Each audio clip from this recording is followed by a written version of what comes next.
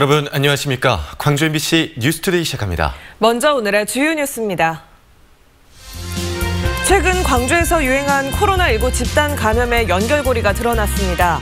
방역당국은 변이 바이러스가 확산할 가능성도 경계하고 있습니다. 지난 1월 한 달 동안 광주에서 발생한 유증상 확진자의 63%는 증상이 나타난 뒤에도 사흘 이상이 지나서야 검사를 받았습니다. 국가인공지능 데이터센터를 광주에 구축하는 사업이 본격적으로 시작됐습니다.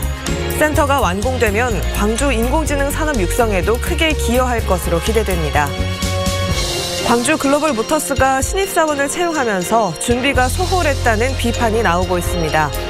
당초 예정보다 늦어지는 합격자 발표에 지원자들은 애를 태우고 있습니다. 지난달부터 지역사회를 코로나19의 공포에 몰아넣고 있는 종교시설의 감염 고리가 드러났습니다. 발단은 역시 방역수칙 위반이었는데요. 이런 가운데 방역당국은 이 변이 바이러스가 확산되지는 않을지 걱정하고 있습니다.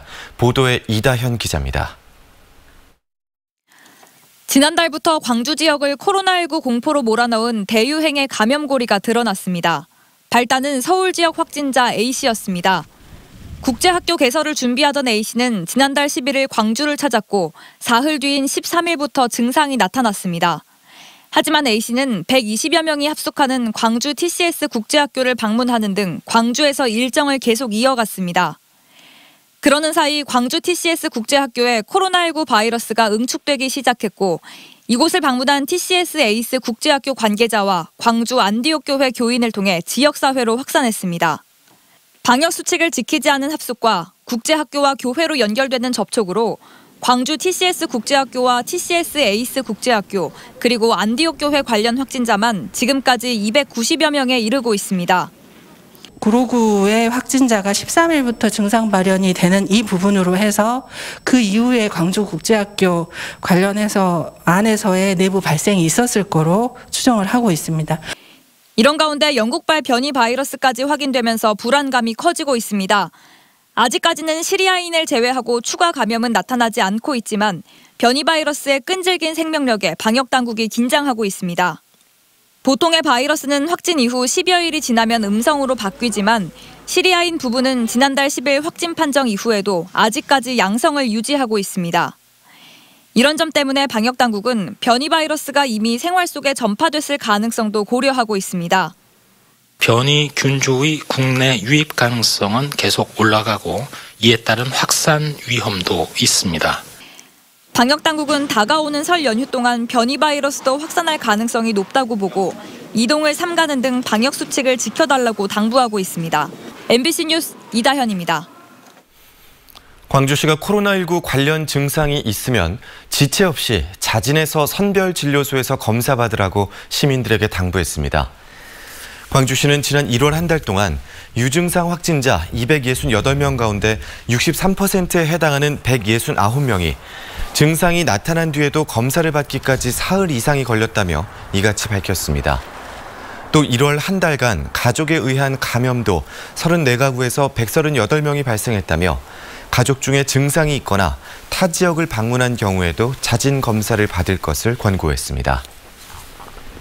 추위가 물러갈 듯 하면서도 아직까지는 아침 추위가 기승입니다. 오늘 아침 광주의 기온 영하 3도 안팎으로 어제보다 영하 3도가량 낮게 시작했습니다.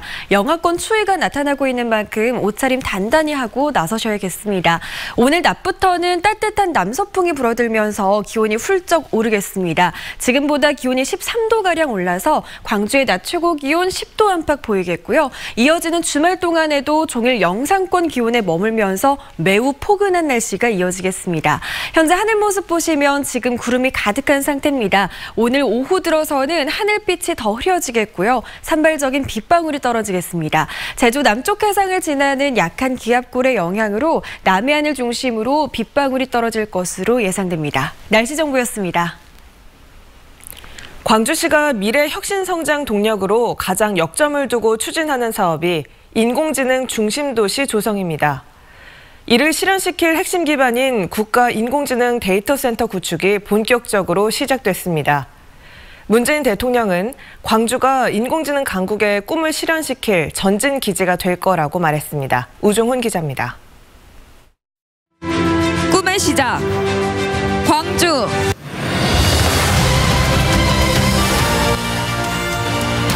광주 인공지능 산업을 이끌 국가인공지능 데이터센터가 본격적인 구축에 들어갔습니다.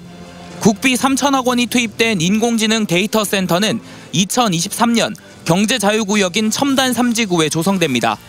국내 최고 수준의 슈퍼컴퓨터가 들어설 인공지능 데이터센터는 국가인공지능 산업 발전의 핵심입니다. 포스트 코로나 시대 정보통신 강국을 넘어 인공지능 강국으로 도약하고자 하는 대한민국의 꿈을 실현시켜줄 전진기지가 될 것입니다. 광주시는 인공지능 데이터센터의 데이터를 광주 기업에 완전히 개방해 다양한 산업을 성장시킬 수 있는 플랫폼 역할을 하겠다고 밝혔습니다. 또 2029년까지 인공지능 집적단지를 만들어 광주를 자동차와 에너지, 헬스케어 등의 인공지능 신기술을 테스트할 수 있는 신도시로 만들겠다고 선언했습니다. 젊은이들이 배낭 하나 메고 광주에 오면 창업에서 성공할 수 있는 세계적 수준의 AI 생태계를 구축하는 것이 우리의 목표입니다. 정보들의 허브 역할을 하는 클라우드 기술의 국내 3대 사업자인 NHN도 인공지능 데이터 센터 구축에 참여합니다. NHN은 2,100억 원을 들여 다른 지역에서 데이터 센터를 만들었던 노하우를 총동원하고 2023년 인재 양성 아카데미를 만들어 기업과 인력들이 지역에서 일할 수 있게 돕겠다고 말했습니다. NHN은 이러한 컴퓨팅 자원 부족으로 인해 연구 개발에 어려움을 겪고 있는 기업들과 기관에 보탬이 되고자 이번 사업에 참여하게 되었습니다. 인공지능 산업 발달의 핵심인 데이터 센터 구축을 시작으로 광주가 4차 산업의 중심인 인공지능 기술의 중심 도시가 될 수 있을지 주목됩니다. MBC 뉴스 우종훈입니다. 이렇게 세계적 수준의 인공지능 데이터 센터가 수도권이 아닌 광주에 들어선 이유는 뭘까요? 인공지능 데이터 센터가 앞으로 하게 될 역할과 광주시가 꿈꾸는 인공지능 산업의 미래를 계속해서 김철원 기자가 보도합니다. 광주과학기술원 후문 쪽에 위치한 국가인공지능 데이터센터 예정부지입니다. 이곳에 구축될 슈퍼컴퓨터는 광주 인공지능 산업의 명실상부한 두뇌 역할을 맡게 됩니다. 데이터 처리 속도와 용량에 있어 국내 최고 성능의 슈퍼컴퓨터를 압도하기 때문인데 광주시가 데이터센터 구축에 이렇게 공을 들이는 건 축적된 데이터가 인공지능 산업을 가동하는 데 필요한 필수 소재이기 때문입니다. 인공지능은 수많은 데이터를 학습해서 정확하게 예측하고 판단하기 때문에 데이터가 매우 중요합니다. 얼마나 많은 데이터를 확보하느냐가 매우 중요하고 수도권을 비롯한 전국의 자치단체들이 4차 산업에 뛰어드는 상황에서 국가 명칭이 포함된 데이터 관련 사회 간접 자본을 선점한 건 큰 성과로 평가됩니다. 광주시는 여기에 더해 인공지능 전문가 그룹을 키우는 일과 기업 유치를 통한 산업 생태계 구축을 성공 조건으로 꼽고 있습니다. 그래야 수많은 IT 기업들을 보유하면서 이미 경쟁에서 앞서 나가고 있는 수도권과의 격차를 줄일 수 있을 것으로 보고 있습니다. 지역의 노력이 뒷받침된다면 인공지능은 지역 주력 산업을 혁신하고 일자리 창출을 촉진하는 동력이 될 것입니다. 여기에 첨단 3지구 산단이 광주 경제자유구역으로 지정된 것과 함께 에너지 산업과 자동차 산업 등이 때마침 광주에서 함께 발맞춰 개발되고 있는 점도 인공지능 기업 유치의 매력적인 조건들입니다. 자동차, 에너지, 헬스케어, 문화 콘텐츠 4가지 분야의 데이터를 모아서 그 데이터를 융합해서 빅데이터로 만들어서 사업자들이 쓸 수 있는 그런 여건을 조성하는 것입니다. 하지만 이런저런 조건이 수도권 기업들에게 얼마나 매력적일지는 아직 알 수 없습니다. IT 기업들이 슈퍼컴퓨터가 제공하는 데이터 클라우드 서비스만 원격으로 이용하고 마는 것에 그치지 않도록 하는 보다 구체적인 기업 유인책을 발굴해야 할 과제가 앞에 놓여 있습니다. MBC 뉴스 김철원입니다. 한국에너지공과대학 설립에 대해 반대하고 있는 국민의힘을 비판하는 목소리가 거세지고 있습니다. 한전공대 설립 광주 전남 시도민 지원위원회는 한전공대 특별법 제정 지원과 관련된 비판 성명을 내고 야당인 국민의힘이 지역 특혜 프레임을 씌워 한전공대 설립 취지를 오도하고 있다고 지적했습니다. 시도민 지원위는 울산 과기원 설립 당시 한나라당 소속 의원들이 긴밀한 협조 속에 관련 특별법을 22일 만에 통과시켰다며 에너지공대 법안 역시 신속히 처리해야 한다고 강조했습니다. 한편 에너지공대 특별법을 심의해야 할 국회 산업통상자원특허 소위원회는 국민의힘 의원의 반대로 관련 안건을 논의조차 하지 않고 있습니다. 노사 상생형 일자리 기업인 광주 글로벌모터스 채용 소식에 청년 구직자들이 구름처럼 몰려들었습니다. 그만큼 취업에 목마른 청년들이 많다는 거겠죠. 하지만 정작 회사 측의 채용 준비는 소홀했다는 비판이 나오고 있습니다. 이계상 기자의 보도입니다. 올해 40이 된 이 구직자는 광주 글로벌모터스 채용에 원서를 냈습니다. 완성차 협력업체에서 근무 경력이 있지만 보다 안정적인 일자리라는 점 때문에 글로벌모터스 신입사원에 도전했습니다. 1차 서류 심사 결과가 나오기까지 마음 졸이며 기다리고 있지만 결과 발표가 일주일이나 더 늦어졌습니다. 합격자 발표가 좀 늦어져서 아쉽긴 한데 더 준비해서 잘 대비하겠습니다. 기업체에서 채용 절차가 지연되는 건 상당히 이례적입니다. 신입사원 186명 채용에 12,600여 명의 구직자가 한꺼번에 몰리면서 서류 심사 과정에 과부하가 걸린 것이 가장 큰 원인입니다. AI 인공지능 평가를 통해 추려진 응시자 9,600여 명을 2인 1조로 나뉜 평가위원 4명이 각각 5,000명 가까이를 불과 닷새 만에 선별해야 하는 상황이었습니다. 서류 심사 기간을 열흘로 늘리긴 했지만 문제는 빠듯한 일정에다 많은 숫자 탓에 부실한 평가가 진행되는 건 아닌지 걱정하는 목소리가 확산되고 있습니다. 그야말로 그 주마간상격으로 이렇게 쓱 보고 채용을 한다는 건데 과연 맞는 사람들이 채용될 것인지 이제 그런 부분에 대한 어떤 걱정, 우려 뭐 이런 것들이 좀 많이 되고. 광주 글로벌모터스에서는 올 한해 두세 차례 더 신입사원을 추가로 채용할 예정입니다. 이르면 이번 주에 일반직 신입 40여 명을 채용 공고하게 되고 2차, 3차에 걸쳐 기술직 신입 200명씩을 새로 뽑을 계획입니다. 가뜩이나 채용 알선 사기가 우려되는 상황에서 이번처럼 채용 준비가 소홀할 경우 직원 선발 이후 뒷말이 나올 가능성이 큽니다. AI 역량 검사의 하위에 해당되는 점수자들에 대해서는 과감하게 미달시키는 그런 방법을 선택하려고 합니다. 청년 취업난이 극심한 가운데 광주 글로벌모터스의 신입사원 채용은 단비처럼 반가운 소식이었지만 채용 과정에서 소소한 잡음마저도 청년 구직자의 실망감을 더 키울 수 있습니다. MBC 뉴스 이계상입니다. 광주 글로벌모터스가 기술직 신입사원 공채에 이어 일반직 신입사원 공개 채용에 나섰습니다. 광주 글로벌모터스는 상생안전실과 사업기획본부 등 전 분야에서 일반직 신입사원 43명을 채용한다고 밝혔습니다. 이번 일반직 신입 채용에서는 광주 전남 지역 고등학교나 대학교 졸업자, 또 공고1 현재 1년 이상 지역 내 거주자 등 지역인재 우대 조항이 있습니다.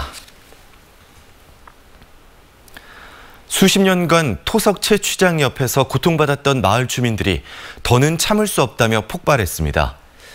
지난해까지였던 토석 채취 기간이 연장된 데다 새로운 업체까지 허가를 앞두고 있기 때문입니다. 김진성 기자입니다.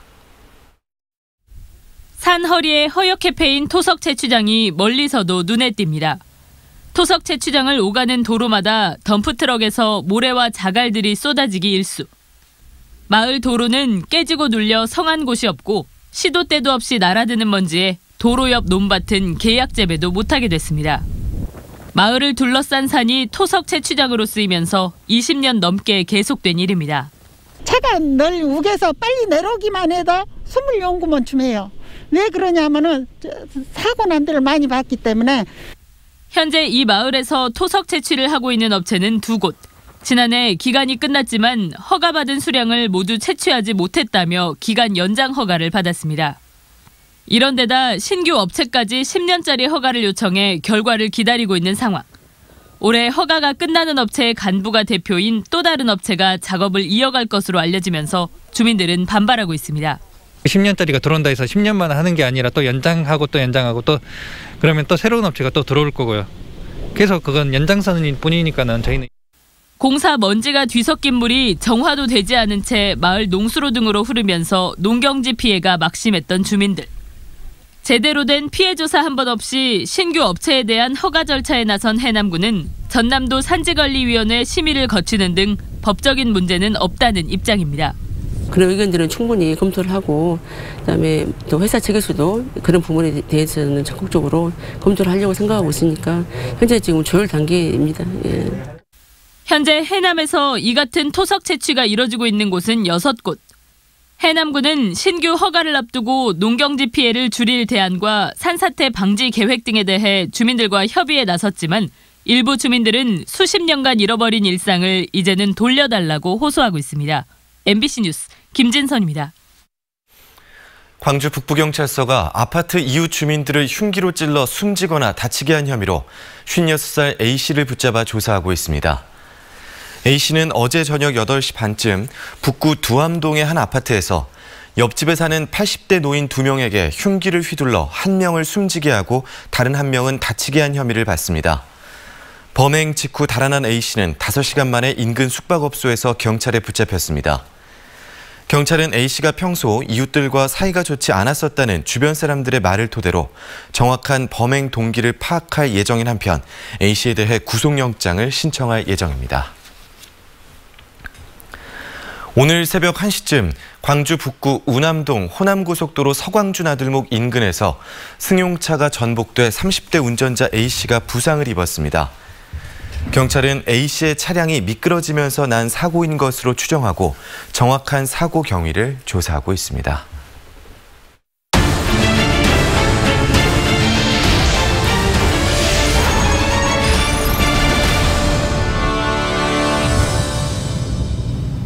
코로나19 여파로 배달이 늘어나면서 재활용 쓰레기가 급증했는데요.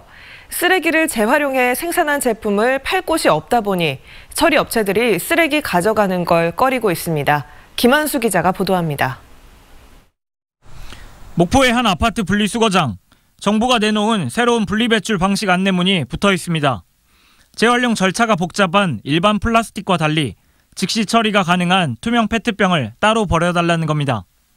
하지만 시행 한 달이 지나도록 이를 지키는 주민들은 많지 않습니다. 요새 배달이 굉장히 많이 늘었잖아요. 분리수거를 암만 해도 분리수거가 잘 안 돼요. 바뀐 내용의 안내판만 형식적으로 설치했을 뿐 투명 페트병을 수거할 분리함조차 없는 아파트도 적지 않습니다.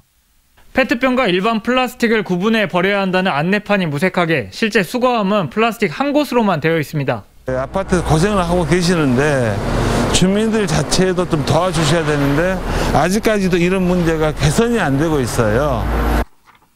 수거된 재활용 쓰레기 처리도 골칫거리입니다. 한때 1kg 입찰가가 200원이 넘었지만 지금은 50원 이하로 떨어졌습니다.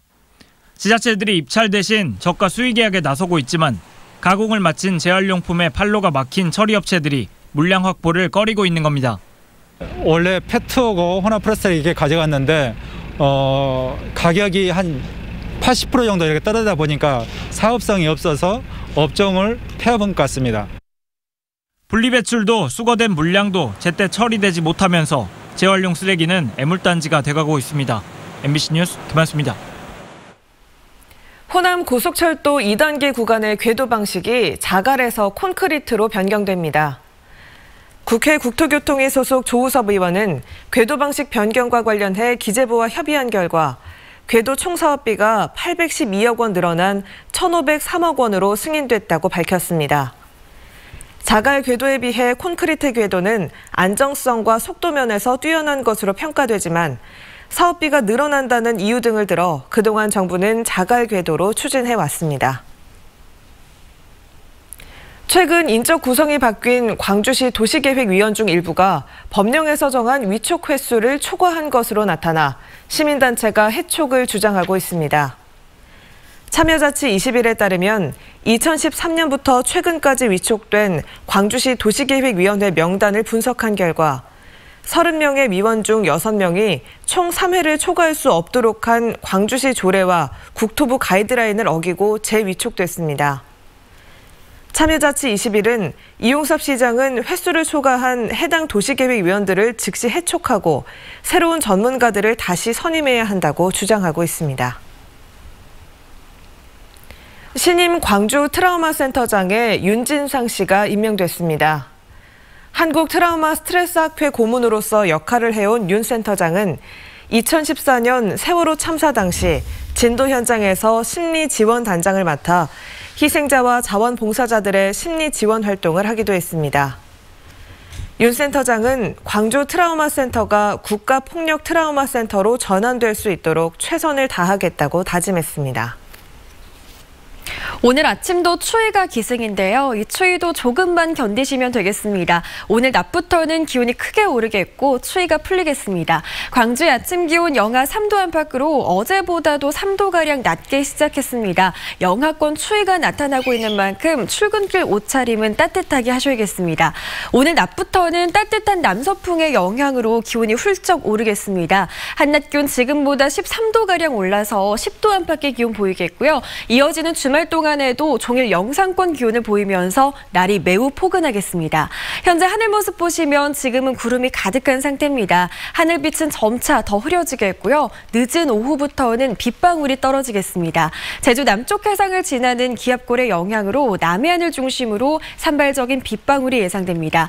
현재 대부분 지역에서 영하권 추위가 나타나고 있습니다. 광주는 영하 2도 안팎에 머물러 있는데요. 장성과 담양에서는 영하 5도 안팎으로 날이 더 춥습니다. 한낮 기온은 8도에서 10도 분포로 낮 동안에는 포근하겠습니다. 강진에서는 영하 3도 안팎의 기온 보이고 있고요. 한낮 기온 9도 안팎으로 예상됩니다. 곡성에서는 아침 기온 영하 6도 안팎 보이고 있지만 한낮 기온 무려 10도 안팎까지 오르겠습니다. 옷차림에 유의하셔야겠습니다.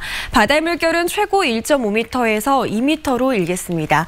이어지는 날씨도 대체로 맑고 포근하겠지만 다음 주 월요일부터 화요일 사이에는 반짝 추위가 나타나겠습니다. 날씨 정보였습니다. 이상으로 광주 MBC 뉴스투데이를 마칩니다. 함께해 주신 여러분 고맙습니다.